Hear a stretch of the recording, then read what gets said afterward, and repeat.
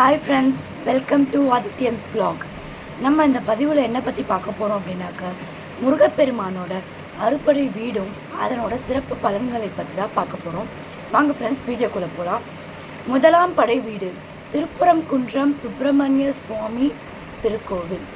சிறப்பு: முருகப்பெருமான் தெய்வானியை திருமணம் செய்த இடம். இதனோட பலன்: திருமணம், புத்தி தோஷங்களுக்கு நிவாரணம்.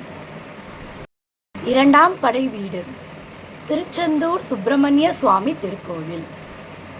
சிறப்பு: சூரரை அழித்து முருகப்பெருமான் சிறப்பு பெற்ற தலம். பலன்: பன்னீர் இலை விபூதியால் தீராத வியாதிகளும் குணமடையும். மூன்றாம் படை வீடு பழனிமலை தண்டாயுதபாணி சுவாமி திருக்கோவில். சிறப்பு: மாம்பழத்திற்காக அன்னையிடம் தன்னையிடம் கோபித்து கொண்டு வந்த இடம். பலன்: ஐஸ்வர்யங்கள் கிடைக்கும், சகல தோஷங்களும் நிவர்த்தியாகும்.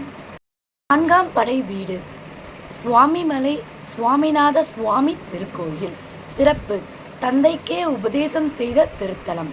பலன்: ஞானம், கல்வி, வேலைவாய்ப்பு, உத்தியோக உயர்வு கிடைக்கும். ஐந்தாம் படை வீடு திருத்தணிகை சுப்பிரமணிய சுவாமி கோயில். சிறப்பு: முருகன் வள்ளியை திருமணம் புரிந்த இடம். பலன்: திருமணம், குழந்தை பேறு, ஐஸ்வர்யம் சகலமும் கிடைக்கும் தலம். ஆறாம் படை வீடு பழமுதிர்ச்சோலை சுப்பிரமணிய சுவாமி திருக்கோயில். சிறப்பு: எளியோர்களை சிறுமையாக நினைக்கக்கூடாது என்று ஔவைக்கு உபதேசம் செய்த தலம். பலன்: கல்வி, ஞானம், குழந்தை பேறு, ஐஸ்வர்யம் கிடைக்கும்.